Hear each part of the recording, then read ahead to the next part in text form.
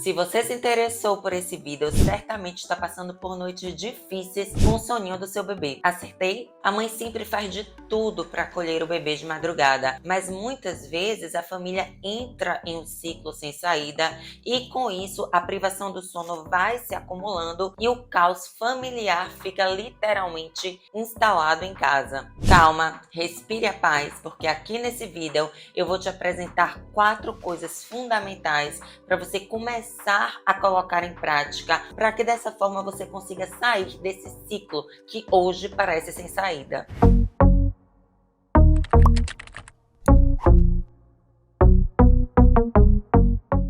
Oi, eu sou Jamile Paz, mãe, especialista em sono infantil e em medicina do sono, e toda semana estou aqui para auxiliar as famílias que estão sofrendo com a privação do sono. Se inscreva agora no canal para receber todas as notificações e para não perder também nenhum vídeo, porque toda semana eu estou aqui para salvar as suas noites.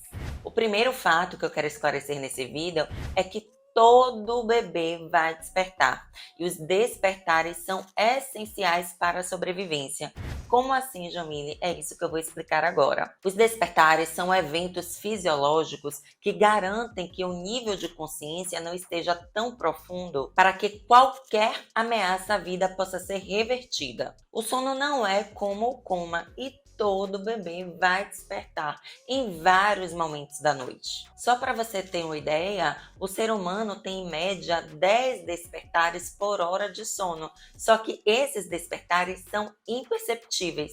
O alerta é quando o bebê tem um despertar consciente ao final de cada ciclo de sono. O tempo em média do ciclo de sono do bebê vai depender muito da idade. Então, ele gira em torno de 40, 45 minutos. À medida que a criança vai crescendo e amadurecendo, ela vai ter ali um ciclo de sono de 1 hora, até que chegue o momento dela ter maturidade neurológica, ter uma arquitetura do sono bem desenhada para ter um ciclo de sono em torno de 2 horas. Por isso que é tão comum os pais relatarem que o bebê acorda de hora em hora, a cada 2 horas. Por que que isso acontece? Porque ao final de cada ciclo de sono, esse bebê tem um despertar consciente e não consegue adormecer novamente sem solicitar a ajuda dos pais. Na descrição, eu deixei o link de um vídeo para você entender de que forma vai ajudar seu filho a emendar os ciclos de sono. O ajuste no ambiente de sono é a segunda coisa que eu quero apontar nesse vídeo. A maioria dos problemas de sono vem de questões ambientais e por considerar o ambiente de sono tão importante, que eu vou reforçar isso para você proporcionar para o seu bebê todo o conforto que ele precisa na hora do soninho. O ambiente de dormir deve ser o mais clean possível. Como o próprio nome já diz, esse ambiente deve transmitir calma e tranquilidade. Evite coisas que deixem o bebê estimulado, mantenha esse ambiente sempre limpo e organizado e bem convidativo para o sono. A temperatura do quarto deve ser confortável para que o bebê não sinta nem frio e nem calor enquanto estiver dormindo. Isso vai depender muito do local, da região que você mora. Mas, por exemplo, se você conseguir manter uma temperatura entre 18 e 23 graus, eu já considero essa temperatura adequada. Aqui, por exemplo, eu moro em uma região quente, meus filhos sempre dormiram em 22 graus e para mim essa temperatura aqui é excelente. De noite, mantenha o quarto bem escurinho e tenha blackout no quarto do seu filho, porque se ele estiver dormindo no escuro, isso certamente vai proporcionar um sono restaurador e é possível que você consiga garantir mais algumas horas de sono. Se você tem receio de deixar seu bebê dormir com o quarto totalmente escuro, fique tranquila, porque geralmente a criança começa a ter medo de escuro a partir dos 3 anos. Caso você tenha dúvida sobre a melhor iluminação para o quarto do seu filho, eu tenho um vídeo aqui no canal e inclusive deixei o link lá na descrição para você acessar. A terceira coisa que eu quero apontar nesse vídeo diz respeito à autonomia de sono. Os bebês que não têm autonomia de sono tendem a ter um despertar consciente e isso faz com que ele acorde ao final de cada ciclo de sono. O que que acontece? Eu já expliquei lá no início do vídeo que todos nós teremos vários despertares durante uma hora de sono, só que esses despertares são imperceptíveis. Ao final de cada ciclo de sono, o bebê ele tem um despertar consciente. E por que algumas crianças conseguem dormir por horas seguidas e outras não? Os bebês que não têm autonomia de sono vão ter esse despertar consciente. Então, se essa criança dormiu no colo, no seio, em cama compartilhada, sugando a chupeta, ou seja, se essa criança precisa de algo para dormir e se manter dormindo, ela vai precisar dessa mesma condição ao acordar ao final de cada ciclo, entendeu? Por isso que um dos pilares do meu trabalho é trabalhar a autonomia de sono, para que essa criança reconheça o ambiente de sono que ela dorme, para que ao acordar de madrugada, ela se sinta segura e tenha mecanismos de autorregulação para se ninar sozinha e voltar a dormir sem a intervenção de um adulto ou de um cuidador. O fato do bebê despertar várias vezes não significa que você deve oferecer as mesmas associações sempre, entendeu? Caso o seu bebê tenha um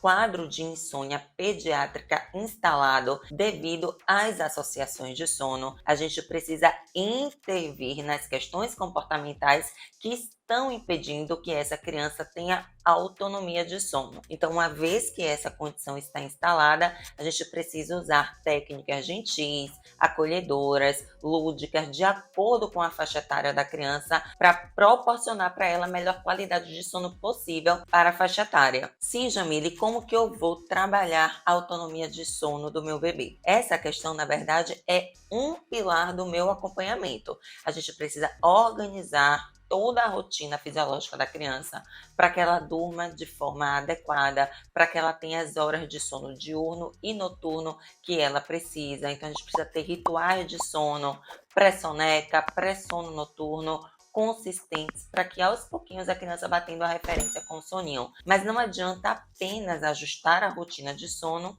se essa criança não tiver autonomia de sono. Porque quando a criança ela tem realmente um sono muito fragmentado, quando ela tem muitos despertares noturnos, isso muitas vezes está acontecendo devido ao transtorno de associação, que na verdade é uma causa relevante para a insônia pediátrica. E como que a gente vai iniciar esse aprendizado? Aos pouquinhos, trabalhando etapa por etapa, para que a criança reconheça o ambiente de sono que ela dorme, para que dessa forma a gente inicie esse aprendizado no início do sono noturno, para que ela tenha capacidade de conseguir reproduzir o mesmo comportamento que ela teve no início da noite ao acordar de madrugada. E é dessa forma que a mágica se instala e a criança consegue dormir por horas seguidas, caso esteja tudo bem, caso ela esteja confortável, sem solicitar a ajuda dos pais. Me conte aqui nos comentários o que você precisa fazer para o seu filho dormir, que eu vou avaliar.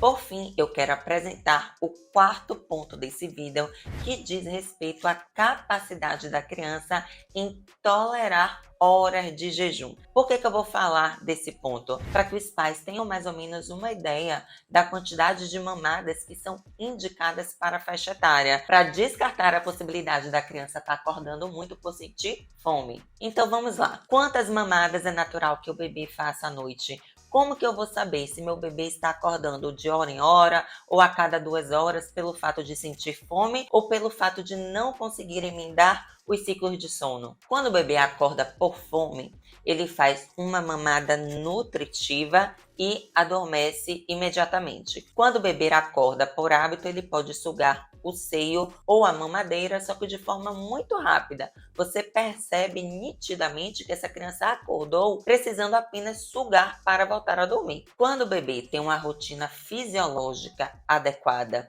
e consegue ingerir de dia as calorias que ele precisa para crescer e para se desenvolver, ele consegue espaçar as mamadas noturnas naturalmente. À medida que a gente vai trabalhando a autonomia de sono e essa criança vai crescendo e vai adquirindo a capacidade de tolerar horas de jejum noturno, essas mamadas vão espaçando naturalmente e aquela mamada da madrugada se torna, com o tempo, a primeira mamada da manhã, ou seja, do despertar matinal. Muitas vezes a criança ela tem questões comportamentais realmente que estão fragmentando esse sono noturno e a gente precisa intervir até mesmo através do desmame noturno. Mas para a gente fazer o desmame noturno, a criança ela precisa ter, na verdade, condição de iniciar esse processo, precisa ter a liberação do pediatra. Eu avalio inclusive a questão do crescimento, a questão do desenvolvimento. Então, quando a gente trabalha a autonomia de sono, essa criança desmama à noite